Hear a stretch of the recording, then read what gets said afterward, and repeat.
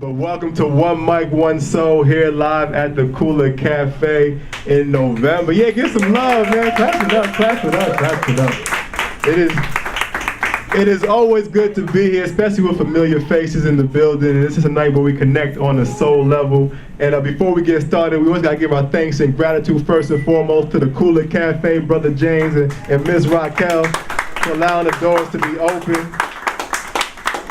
Because without them, we have no venue. We about to be 2 years strong coming up, so it's going to be something we're going to talk about a little bit later. Yeah. But big ups to Interfaith Neighbors, Kula Cafe, and all that they've done for us in our organization. Shout outs to APTV for coming out and filming this event, placing it online. Yeah, give them some love, Karen. Always bring us home for the crew. I know she's grinding, working hard, and every time she's here, we surely do appreciate it. Also, lastly, shout out to Dean's Natural Food Market. Dean's is a big supporter of what we stand for. He donates the organic apples, the energy bars, and the waters that are free each and open mic for you guys to nourish yourself with something pure and natural. If you're allergic to nuts, don't have the energy bars. I'm not trying to have any kind of incidents, but big ups to Dean's. Give him some love too, because he has done a lot for us, man. From his mentorship to his support to his donations is all a great opportunity to help us continue to grow and build on what we're trying to accomplish. So before we get started, let's go over our missions to some new faces in the building.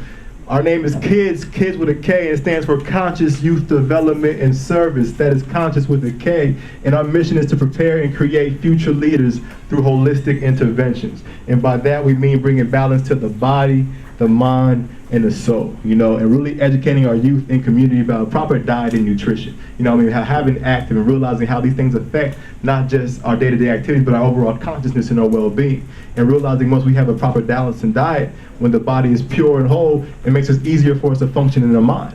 Because when you start seeing what these things in the foods do, I always say, because I love my people, you gotta realize it is doing different things to make us how we think clearly, how our mind operates. So if we can show our youth who are being labeled with ADD or different hyperdeficit disorders and seeing that we're just giving them pills, I'm not saying pharmaceuticals is bad, but are there other ways that are more pure and more sustainable?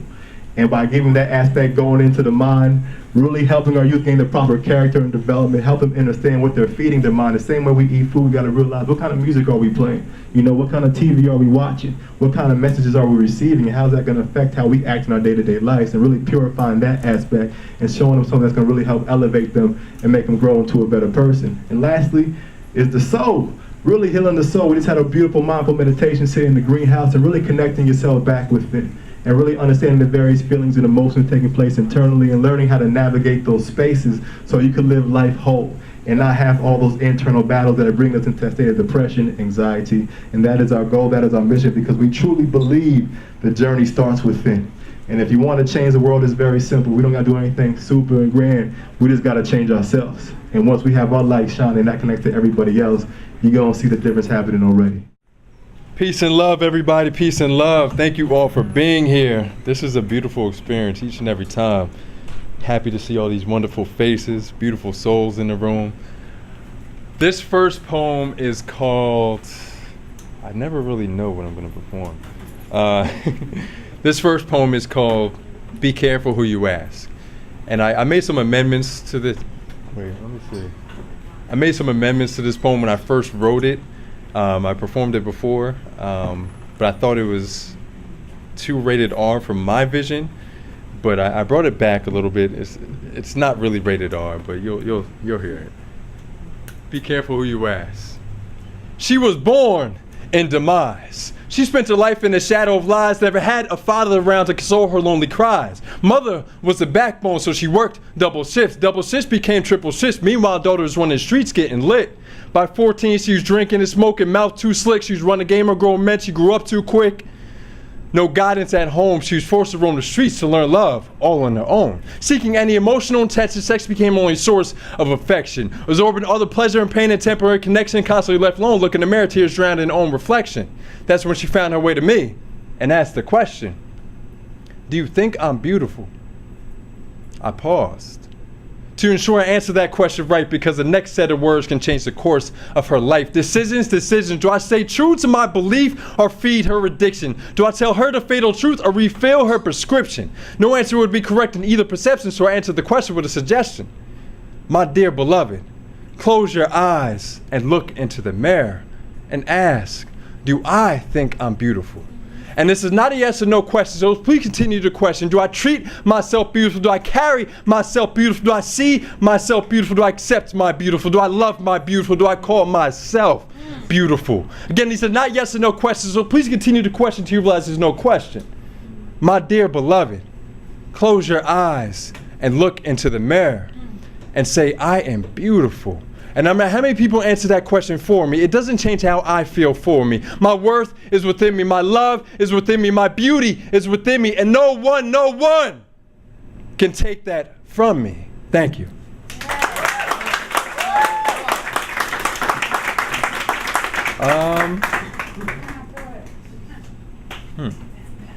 So this next poem is called Pinky and the Brain.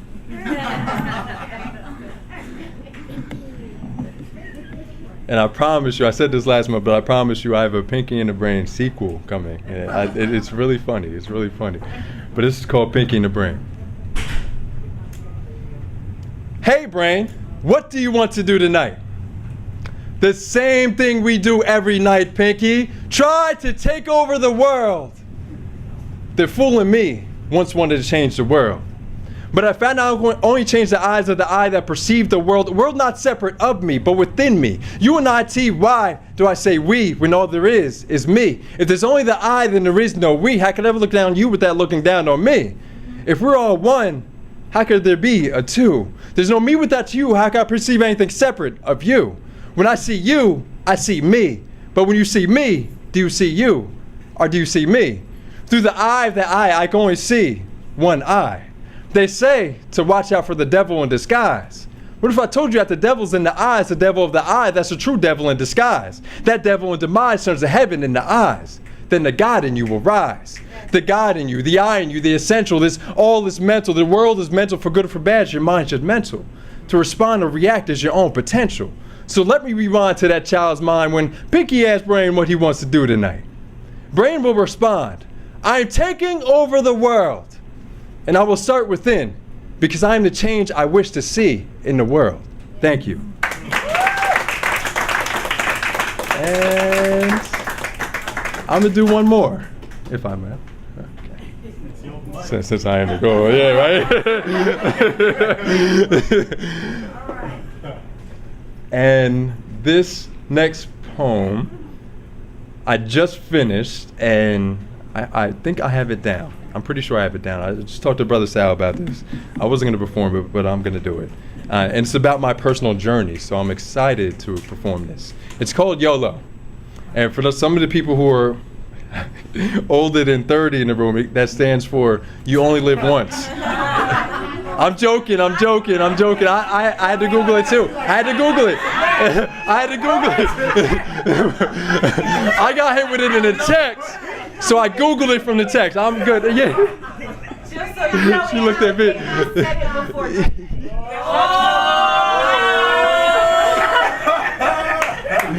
I'll pick a higher age next time. That was just for the young ones. Yeah, so in case you are 30 and under. No, I promise you. Age is where your heart is. I'm sorry. YOLO. I'm going this way after I get off.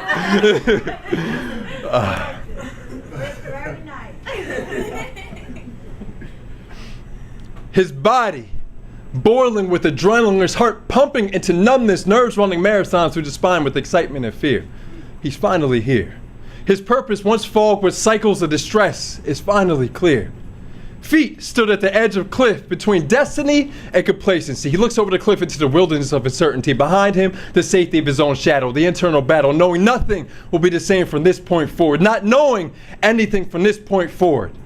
Head held high, he stood ready for war, ready for more. He's been here before. He reminisces on past decisions, the clashes and revisions, last time he was called to this place. He knew nothing of the journey he faced. So he rolled the dice of fate. Praying to the heaven for 7 or 11, he pays homage to the last when he rolled a 2 and a 6. 2 for the guilt that he held on to, all the pleasures disguised in love, the food, the lust, the drinks, the drugs. He now creates his reality from a space of love.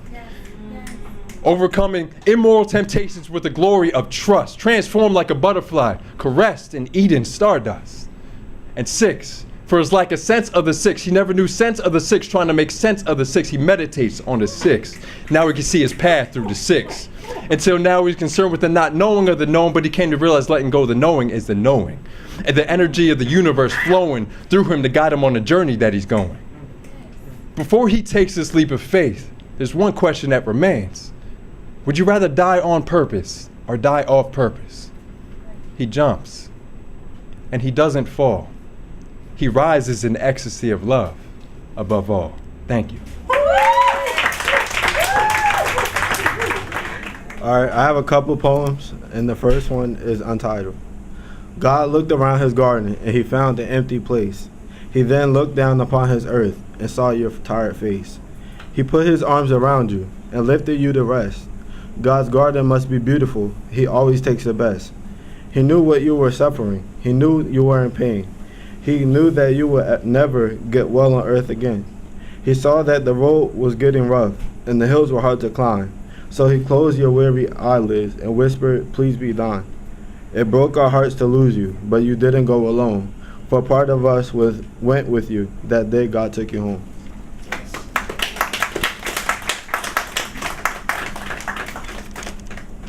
Then the second one is called The Lion Chaser's Manifesto. Quit living as if the purpose of life is to arrive safely at death. Run to the roar. Set God-sized goals. Pursue God-given passions. Go after a dream that is destined to fail without divine intervention. Stop pointing out problems. Become part of the solution. Stop repeating the past. Start creating the future. Face your fears. Fight for your dreams. Grab opportunity by the mane and don't let go. Live today as if it's the first and last day of your life. Burn sinful bridges. Blaze new trails. Live for the applause of nail-scarred hands. Don't let what's wrong with you keep you from worshiping what's right with God. Dare to fail. Dare to be different. Quit holding out. Quit holding back. Quit running away. Chase the line.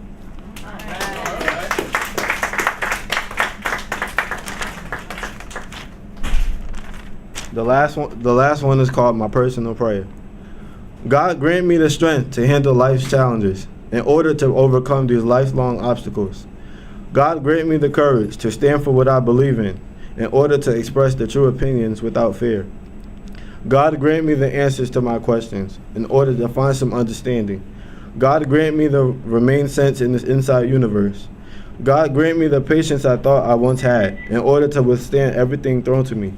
God grant me the guidance to be able to succeed in order to be whatever it is I want to be. God, I need you now and forever. Please help me.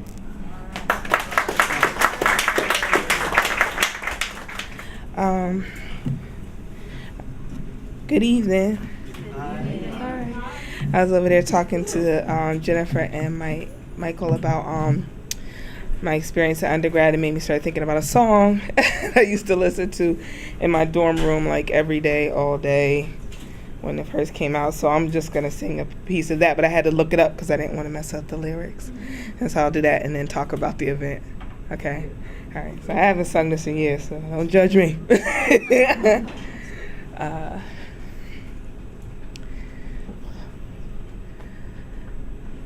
My world, it moves so fast today. The past, it seems so far away. And life squeezed so tightly, I can't breathe. And every time I try to be what someone else thought of me, so caught up, I was unable to achieve. But deep in my heart, the answer, it was in me. And I made up my mind to define my own destiny. I look at my environment and wonder where the fire went. What what happened to everything we used to be. I hear so many cry for help, searching outside of themselves. Now I know His strength is within me, and deep in my heart, the answer, it was in me. And I made up my mind to define my own destiny. And deep in my heart,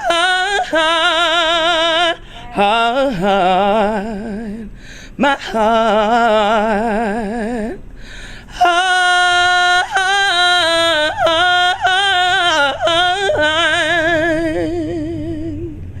and deep in my heart, the answer, it was in me. So I made up my mind to define my own destiny. Thank you.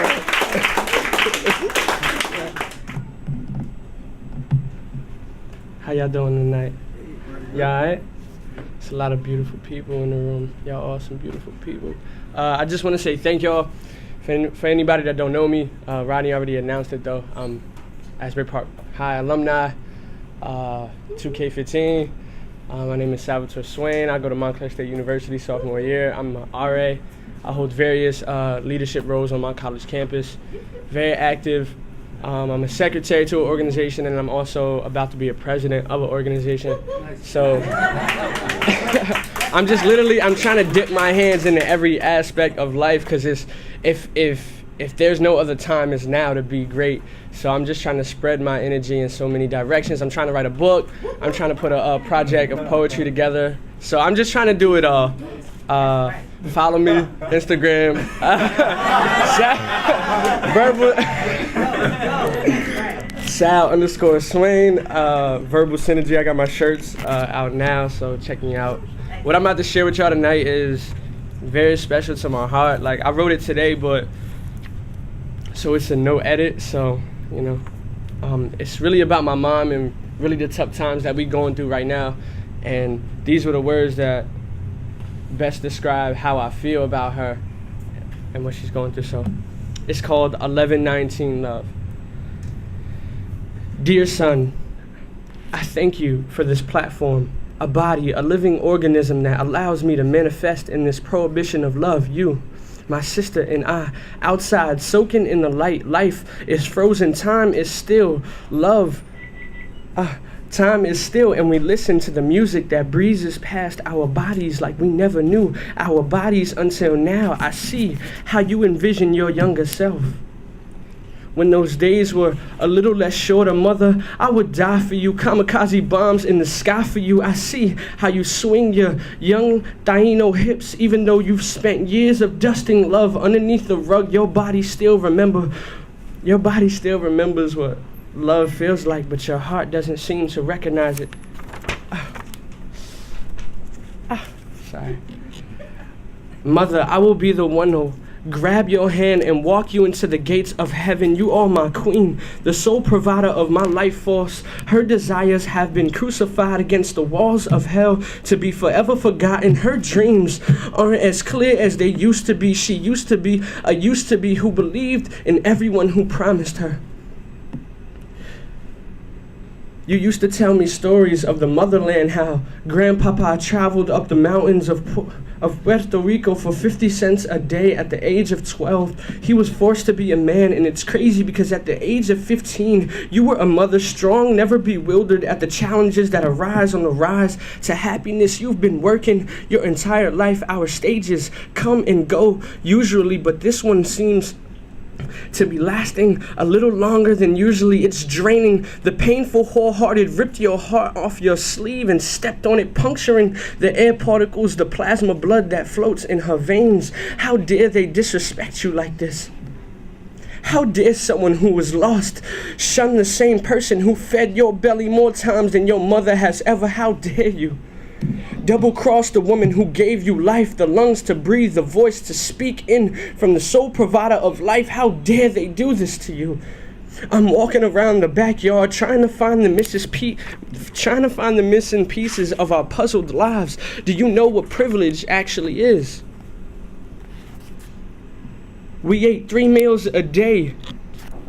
We ate 3 meals a day. We all made it to the age of 18. We all had the opportunity to go to school instead. The earth is more of a war zone, and you made your bed, so now you have to lie in it one day. Just someday, maybe today or within the next 3 years, we'll remind ourselves that mothers are the most sacred achievers, backbone stronger than the steel beams on 9/11. Mothers are the fertile, delicate, warm-hearted beings in all walks of life. The day I turn my back on you, mama, is a day that doesn't exist. Thank you for developing the very organs in a combination and combustion of stardust, the creation that you have the power to do. I look at you and I see knees reek of the pain, blood, and rainforest of tears. Your bones are heavier, but mama, this pain doesn't last forever. Mama, are you still there?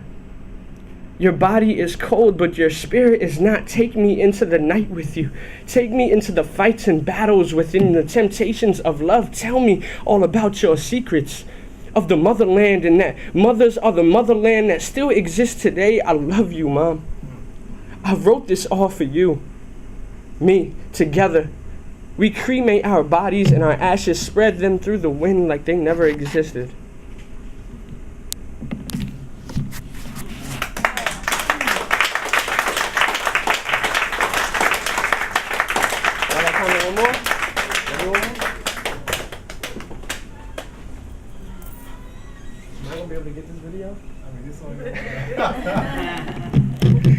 I should have told somebody to record this. So this one isn't done yet either, but it's called Don't Be Puzzled, but it's called Suicide Note. My love, this is a goodbye. A hello to the afterlife. Thanks to the earth bedding of leaves and thorns I fell into was the last pair of arms that cuddled the coldness of my dead body. My writing has lost its purpose. But I hope you can understand this letter. This may seem like a foreign language. You can't understand it. The highway drives on sunset, watching the sunset, wondering if I crash, will I make memorial a memorial? I left it next to the flowers. The ones you said you loved, and if I ever died, you would put them on my casket. Now you have an excuse. Don't let your tears fall too soon. I've only just begun this note. Never did I think writing my will, my eulogy would be so easy. Just today, just for today, I've never been so close to death. It seduces my body, flips me upside down so my blood can dry out, beating me with an electric fist of realizations while branding the truthful scars of my past life, burning me to dust particles until my ashes have become nothing more than a sweet aroma for those who never liked me. Death slept in my bed every night since junior year of high school. My virginity in the 7th grade was treated like bullies, busting me for my lunch money. Initiation of the dead is always ceremonial. Today I am the youngest and oldest I will ever be, unimaginably writing my will with calligraphy lines with the same enthusiasm as the Grim Reaper signed and stamped my death. Tell my mother that I will always love her. My creator was the only religion I ever praised. Without her, my instruments are bruised, strung out from the chaos that my sisters have caused, cracked her down to the cores of the valleys and canyons. My love for her will never perish. have her take my belongings. Every journal entry was written for her. There's money in both bank accounts. Give some to the family and run away from this vicious world. Tell Tiffany I'm sorry that I let her down. I couldn't finish the mission. College life keeps me in a daze. I guess that's why sobriety never crosses my mind. Tell Dominique I hope she's learned enough through her mistakes.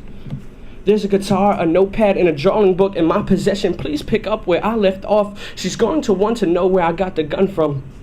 But it was from a friend that I can't mention. Sorry for making a mess everywhere. I rushed out of the room. I threw up and ran so that my brains and blood didn't permanently stain the bathroom. My wardrobe is a wardrobe for a reason.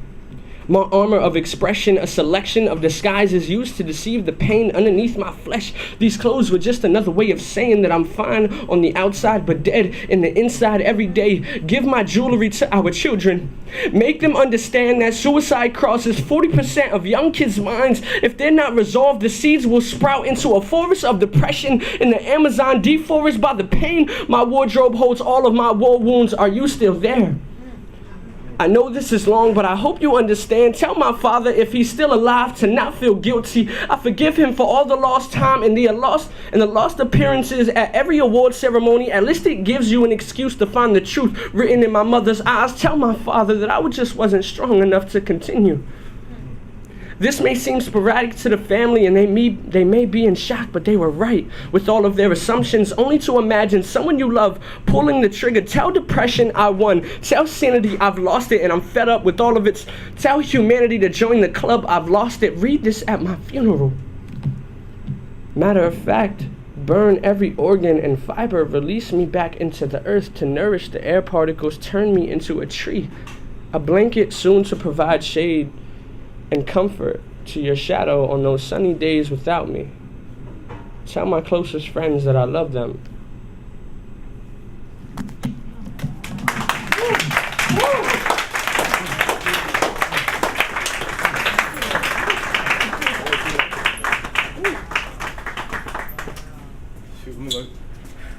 Let's give some love to Brother Sal Swain real quick once again, man. Gotta wipe a couple of these teardrops out of my eyes, man, because that stuff hit me. That hit me right in my soul, Man, but how we feeling, people? All right. Very good. Feeling, yeah. So, Brother Sal, I got two questions for you. So he knows stay right nice and tight. Not to go nowhere, but for the first poem, we go to the second one is, I want to know how do you show your appreciation for your mother every day of your life, being this mature young man as you have grown to this state of awareness. What do you do to let her know through your day-to-day activities? The first thing I do is contact her immediately, at least once a day. Every morning I wake up, she's on my mind. Every night before I go to sleep, she's on my mind. So whenever that time comes and I actually get time to reflect on my day, I'll send her a text. I'll call her. I'll ask her how she's doing, if there's anything that I could do for her. Like I send her little motivational things just to keep her day happy and let her know that somebody's actually thinking about her in the morning and that I actually appreciate her. And like just sending love to my mother, because that's my creator. Like I don't know what I would do without her. Like especially like the mothers everywhere in general. Like I'm so grateful just to even have my mother. So every conversation it's like, okay, like I'm trying to drop these little seeds of love in her life, and I just hope that she appreciates it, and she does.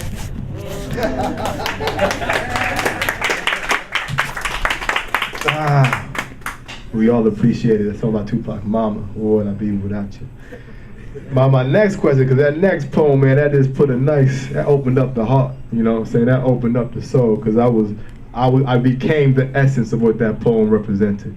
You know, in the face of depression and suicide being a topic that's not talked about in our society, especially in our children. Like we said, the children are being affected by all this trauma and negative energy that's taking place, but what is their outlet? And when we bottle that up inside sometimes, it leads to thoughts of destruction internally. And being that you were expressing this from your own personal journey, what was the solution for yourself? And how can you bring forth that solution to help you rise above these emotions for those who are struggling through the same thing day to day? So first of all, that last poem was it was suicide note, and it was in regards to the many young people who go through their daily reality, but they can be internally dying, meaning that they're on the brink of suicide and suicidal thoughts. And some may some do not have the confidence to speak up and actually tell someone. And I think that I'm not the only one, and I know I'm not the only one at my campus, but I know I was having those thoughts back in high school. And even recently, I think it's thoughts that always cross our mind, just being human beings, because we know everything has to come to an end. So I got very interested in knowing what it was like to speak up for the voiceless, for the people who are afraid to speak up.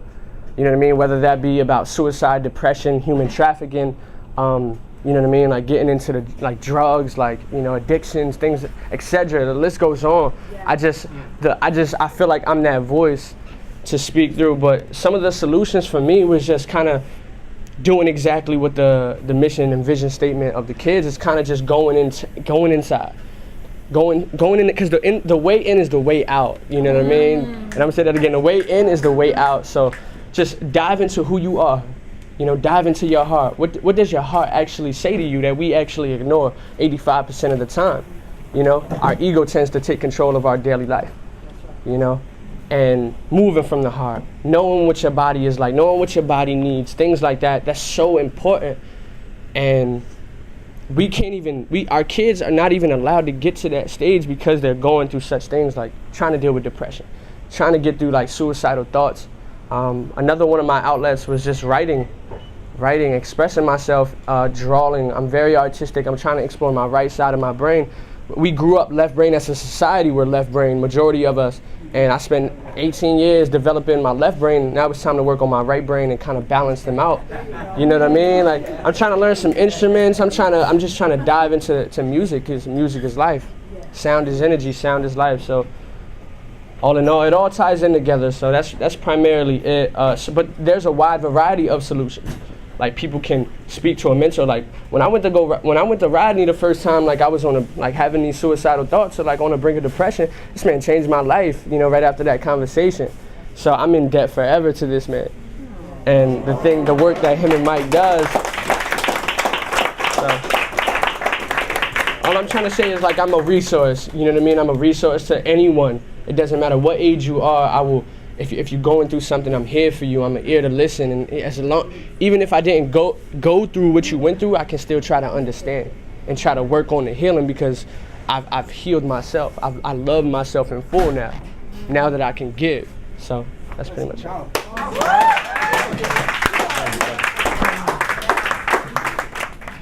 Peace and blessings to my city, Asbury Park. Rodney, Mike, Kula Cafe, James. Peace in my heart. This first poem, excuse me if I get the word, but always must bless the mic. Man shall not live by bread alone, but by the, anybody? Spoken word. Thank you so much. All right, this first poem I wrote, and you know, I've been doing this for 7 years. I'm so many miles ahead of the poetry game that I wrote this while I was listening to one of my favorite artists, and I tribute this to Miles Davis. This is called Miles Ahead. Thank you, Miles Davis. On a coal train, riding the caboose, freed and on the loose, sunlight, aka Dr. Seuss. Miles ahead, I'm Zeus, Grey Goose in a zoot suit while I play a magic flute to a melancholy tune. Maybe its origin is a dirty saloon, but I keep in tune with the sound, cause what I found, gravity holds us on the ground. As I look around, shadows and distant fires, exposed liars, connected wires, inspiration, conversations with admirers. What grew in witches brew, and hue in lieu of a view, yeah, okay, when payment is due, which keeps mind full and fed, which Miles ahead. Thank you, Miles Davis. This next poem, and this haunts my soul. I am alumni, class 87, Asbury Park, 1987. I lost two people that are really close to my heart, residents of this community, Thomasina Banks and Clayton. Cry me a river, flowing sadness. Cry me a river, what was never delivered, success. But there is the rest that I wear like a vest. I know it's a test, so I do my best. If I don't know the answer, I take an educated guess. Cause I believe in me. To be or not to be is the question Romeo asked of thee. Accomplishments I do cherish, cause it nourishes a hungrier soul who doesn't believe everything he's told, cause the world is cold. Found that out at 12 years old. Rejection can be a formality that comes with a nationality. As denial is clear, it comes with tears, which makes me quiver. Cold receptions makes me shiver. So please excuse me if I cry me a river. Clayton Santa for Thomasina Banks, I love you forever.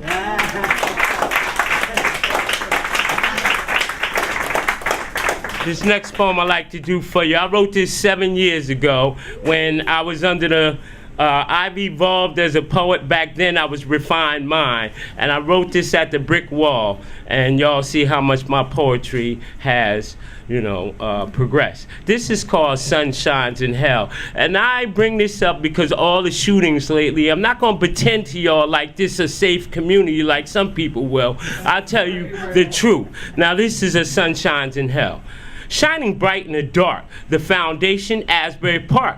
In this illusion, so much confusion. Watching so much ignorance, I'm getting numb. Dealing with the blind, the deaf, and the dumb. So many hypocrites and atrocities in a mile square. Inadequate health care. Souls lost in many different seasons, and here are a few reasons. 1, poverty. 2, no education. 3, no value. 4, no self-evaluation. Illusion that can be bought. Dangerous as drugs controlling your thoughts, or the sheriff locking you up for non-support. Ask yourself, does a police presence make you feel safe, or are they showing up a little too late? Sunlight is always a shining example. This is a free sample. Everywhere science prevails, a sun is going to shine in hell.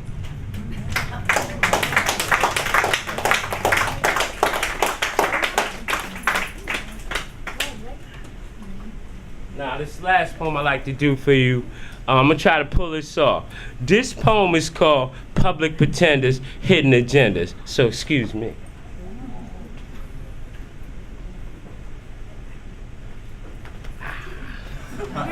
Public pretenders, hidden agendas, because there are a lot of them in this town. Public pretenders, hidden agendas, habitual offenders of segregation support. No opportunity for change, wolves in sheep clothing, quick to tell you what you want to hear. Sadly, it differs from the truth. Spoken upon, then it's a dispute. But what they fail to understand is I'm an advocate for the youth.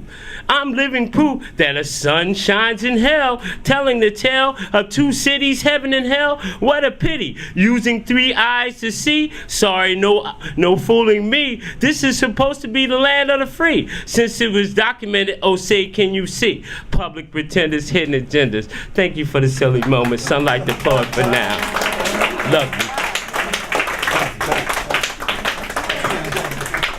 you. Let's give some love for Sunlight the Poet.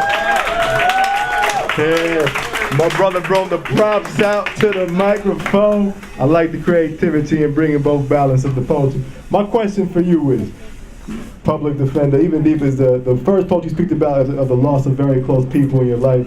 And I want to know, as a man personally, how do you cope with dealing with loss in your personal life, in your personal journey? How I cope with dealing with it, I picked up the pen instead of destroying myself, because I truly believe that the pen is mightier than a sword. So when you address people, because somebody has to be held accountable for all the misery and the things that's going out here. So when I lose someone special, I write about it. I gave them a tribute. Like, we lost Clayton Sandifer, we lost Thomasina Banks. These are people that I grew up in this community over 30 years. So to give them a tribute and remember their name, I write about it. And you can always, I put my emotion in my pen. So that's why a lot of times I'm just ready to get to that verbal work. But at the end of the day, I believe in me, I believe in what I'm doing, and like I said, instead of taking something negative, I put all my energy into writing a piece that can feed the mind, that mental food, as well as the good things you do in this community, teaching us how to meditate and how to let all your problems, and that's another important thing. I learned how your meditation techniques will help calm me down a lot. And like I said, we always know that he who angers you controls you. So through that, best believe I learned something from y'all. You and Mike, a blessing in my life. Thank you so much. Yes, everybody clap it up. And there's so love and sunlight for now, you know. And I think it's beautiful what he just mentioned, is taking that outlet and energy on that pen and that pad, you know what I'm saying? And I definitely think it could be example in a tool that is utilized by our youth in the community today, because there's a lot of pain going on. Like you said, you can't pretend that the violence is not real. We got a beautiful east side, yeah, that's great, but when you come here on the west side, you gotta realize that there's still some issues that are not being taken care of that we have to work on collectively as a community to make changes with, and we can't act like it doesn't exist. And it starts by teaching them and giving them valuable tools from the poetry. Actually, in the high school right now, they just got rid of the in-school suspension program. They got an ALL program, an alternative learning lab, where I'm teaching these kids meditation and yoga once a week, and seeing some of the hardest kids coming into the room and be like, wow, can you show me more? I haven't felt like this forever in my life, and realizing the trauma that's running so deep, and they just have no way to express it, you know, no way to deal with it. And once we give these kids, our kids are brilliant. I'll tell you that from my own experience. Our kids are brilliant. It's just the pain sometimes weighs us down so hard if we don't have that expression. And that's why I asked you that question, because we need to know these things. Your poetry is powerful, and we can all make a difference through the gift that we're given. So thank you, Sunlight. Thank you very much, brother. So good evening, everyone. My name is Rashida Young. I'm also an Asbury Park alumni. I graduated from Asbury Park High School, right?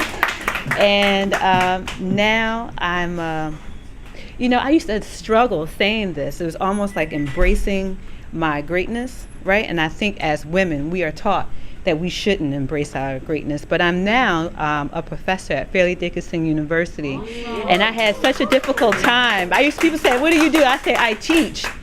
And then I would have people say, oh, she's a professor. And you know what? I am. You know, I am, you know, embracing on that.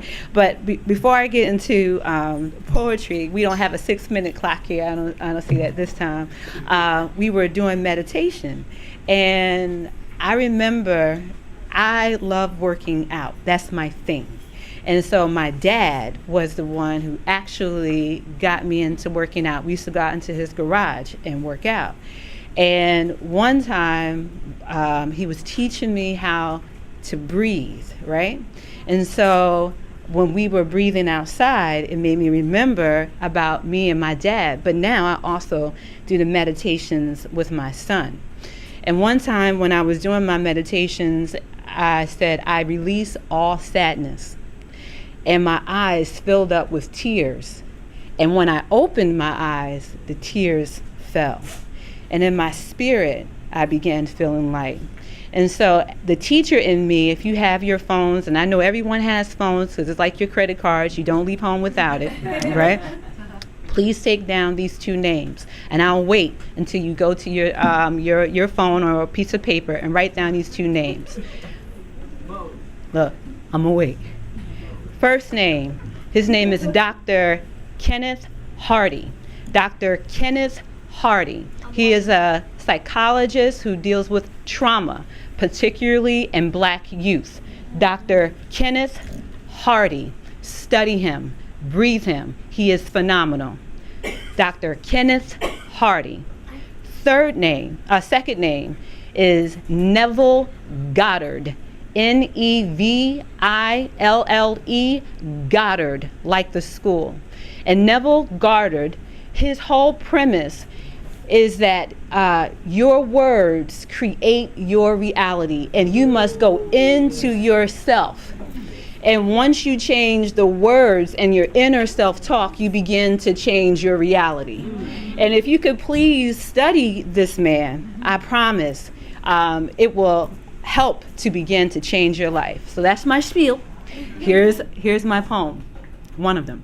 This poem is called Conscious People Sipping on Cappuccino. And I wrote this poem when I was in undergrad. I just got to give you the backdrop, right? You know, I do, right? It is, there was this sister who would never speak to me. And I was like, why won't you say hello? So I said, you conscious people are killing me with your kente suits made in Taiwan. Your black books written by men who never visited Africa, only view it through the eyes of pagans. Your I'm so black, I'm so aware, I'm so anti-establishment, anti-government, anti-B that you don't even know what time it is. Tell me, why do you hate me so? And how do you define your blackness? Is it how many books you've read, how strict of a vegetarian you are, or how natural, twisted, cornrow, dreaded, or braided you can make your hair? Tell me, what is it? Again, your blindness to our political disposition causes me pain, but I mean, you're so deep and in touch with nature, but yet you don't see me when I walk past or bother to say, peace, what's up, sister, or what it be like, but It's okay, right there. or bother to say, peace, what's up, sister, or what it be like. And I'll have to come back to that poem. It just left. I'm sorry. So we'll come back to that. I'm sorry, but it was really good. It was really good, right? So when I have it more committed to memory, I'll be sure to share it with you. But this poem is called Reflection. And this is based upon how black women are perceived just by the way we wear our hair. I am not your soldier, your exotic, your freak, your soul sister mystique. I am not your revolution, nor your closed fist pumping, black liquid leather wearing, loud mouthed woman. I am not your image of revolution, your angry black, unapproachable colleague, woman, student, sister, friend. I'm not your Angela Davis, Assata Shakur, your constructed symbol of blackness, or your tofu-eating, vegan being, superwoman, balancing a gabillion things myth. I don't want that tricked out cubic zirconia S strapped across these delicious breasts. I'm not your curly, your nappy, your good hair mulatto, cornrow, blown out, doobied woman. I'm not your 26-inch Brazilian bundle, gold digging, conniving, overworked, stressed out, loving baby mama. I'm none of that. I'm not your Christian Louboutin or your Gucci. I'm not your box. I'm not your sweet mama, your John side piece, your nostalgic trip to blaxploitation, Foxy Brown, Shaka Khan. Oh, oh, sweet thing. I'm not your tough, I'm not your angry, I'm not your malady nor your baby. I'm not your unresolved Oedipus complex, your unstable relationship with your father, your fantasy, Revlon, Hawaiian silky. I am not your food, your pedestal, your trophy, nor reward. Instead, I am woman, soft, demure, whole. Look at me. Can't you see I am more? I am not your label, your exaggerated tale, nor your juicy fabrication exchanged like dap on buzzing gray street corners. I'm not your 24-hour, then soon to be expired pineapple delight.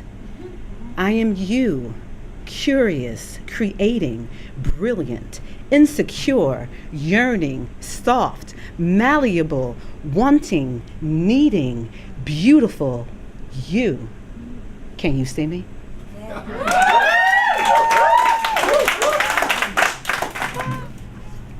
Wow, it's been a minute since I've been in this edifice here, and I just want to definitely congratulate Brother Mike, Brother Rodney for the great things that they've been doing here in this community and with this program.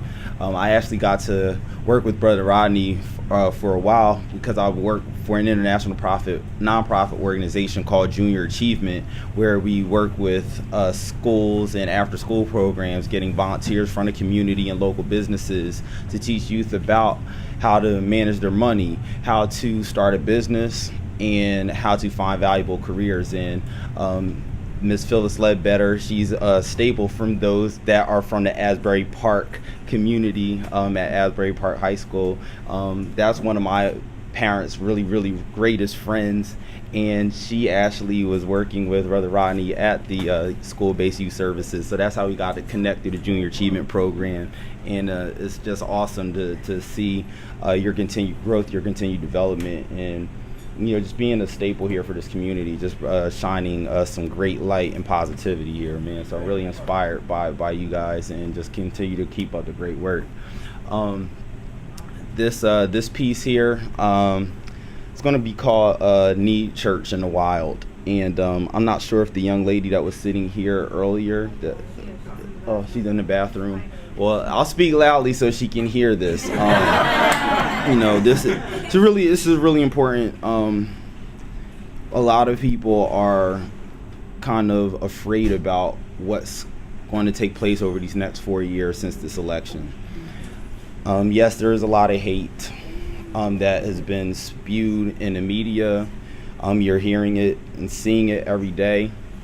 And, a lot of people may be afraid, but I'm not sure what everybody's faith may happen to be here. But if you do believe in a higher power, I know that the scripture says the Lord doesn't give us a spirit of fear, but he gives us a spirit of power and of love and a sound mind. So for everything that you all have been sharing, all the previous artists and previous poets, talking about speaking from within, that's talking about having that sound mind, having a spirit of power.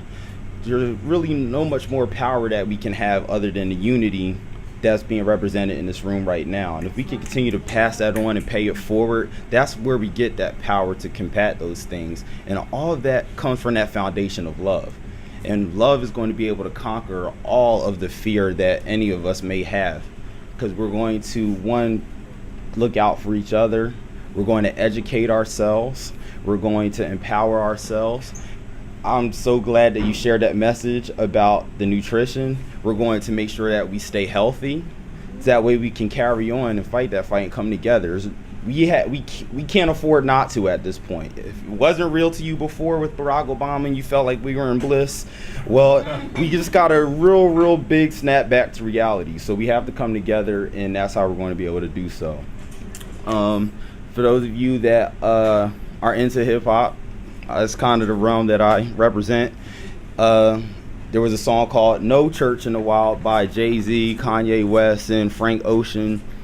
But the thing about it, we actually do need to have church, and not church the building, but church on the inside of us. Meaning that we have that connection to the Creator, because that's where we're going to get that power, that love, and the sound mind from. Hunger Games on the youth, feast on the poor. Our little streets roar like a Middle East war. The core of this evil starts with a lot of green. But is election day the after party for Halloween? Because tricks are disguised as treats. The vibes cartel, whole thing bleached. Cone-shaped sheets, laws bought by elites who just rent justice but never will own peace. But if peace was the reason relief would not happen, then why won't the hip-hop hypocrites stop rapping?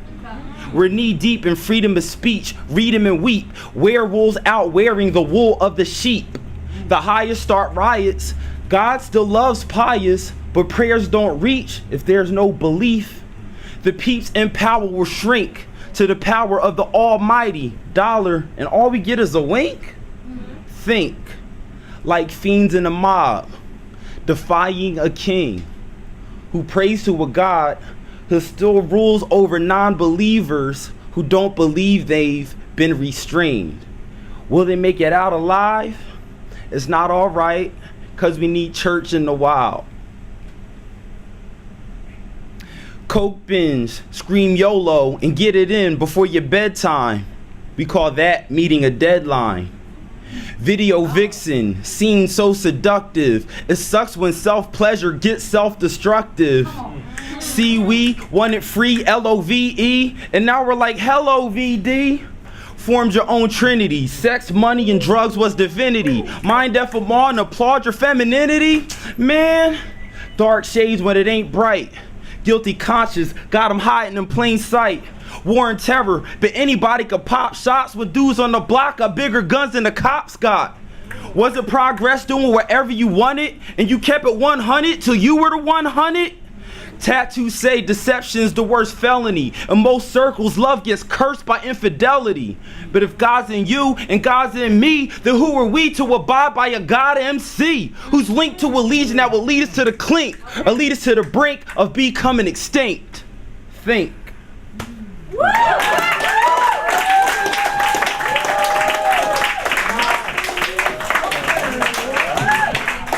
What's a God to a non-believer? Everybody, please give some love to Brother Michael Travel. Don't get too comfortable sitting down. Okay. He says, hip hop, I'm taking all shots at your neck right now. Because if you're not going to come with some truth, I'm going to smack you up real quick in a peaceful way. In a peaceful way. More so. So my question for you, I want to know is, what is your take on the current state of hip hop today, and how is that affecting our youth, and what's the solution? Your take on hip hop today, how's that is impacting our youth, and what is the solution, the change? Wow, we could have a whole forum on that topic, but just in short, the current state of hip hop, commercially is great. It's international. You're telling me to come out? I'm like in the cut over there. The current state of hip hop, commercially is great. Is grown internationally. But unfortunately, the commercial aspect of it has kind of watered down the message to an extent where a lot of people have a negative stigma to what hip hop is supposed to represent, and a lot of it is not really about what the essence of hip hop initiated with. A lot of it's negative, a lot of it's destructive, it's misogynistic, it's homophobic, it's just self-destructive, and a lot of that has been really poisoning the mind of our children, and it gets pumped just like that food that we eat, that McDonald's, that Burger King. I just heard yesterday I couldn't even eat tilapia. You know what I mean? Like I love tilapia. You just say I can't. But it's presented to us and packaged to us and shoved down our throats, and we see it every day. We hear it on the radio all the time. It's just sex, money, drugs, shoot 'em up, bang bang. Cook the coke, all that kind of stuff, and that's not really getting us where we're supposed to go in terms of having that unity and that power that we really need. And the thing about it, if we get back to the essence of what hip hop really was about, it's really an acronym which stands for higher, infinite power, healing our people. Being hip means to have consciousness. It means to have information. It means to have intellect, and we've dumbed it down so we can hear da da da da da da da. Hey, da da da da da da da. Hey, and it's fine. It's fine. We want to have fun. That's okay. But at the same time, we can't continue to destroy ourselves. We have enough influences around us that are destroying us. How are we going to fight against that if we're destroying ourselves too? So that's kind of the current state of hip hop, and really the solution to all that again is getting back to its essence. You all have been saying it starts from within, so we have to understand our true essence. When we get in commune with our Creator, that's really what it boils down to, because then we're going to know that we are created in the image of a supreme being, one that does have knowledge, one that does have love, and one that is ability to have provision over his domain. So we're going to take over. If we have that mentality, we'll take over our homes first. Well, actually, we'll take over our minds first, then our homes, then our communities, and then we'll take care of each other. And that's where hip hop is supposed to go, and that's my message, that's my calling, and that's where we're going to be bringing to the table.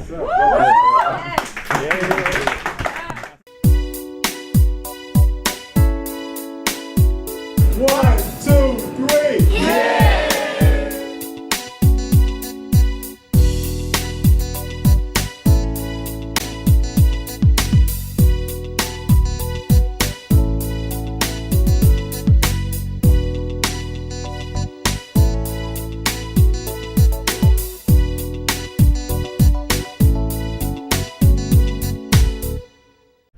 I'm Ronnie Solomon, I'm Michael Mills. We're at Kula Cafe. and you're watching APTV.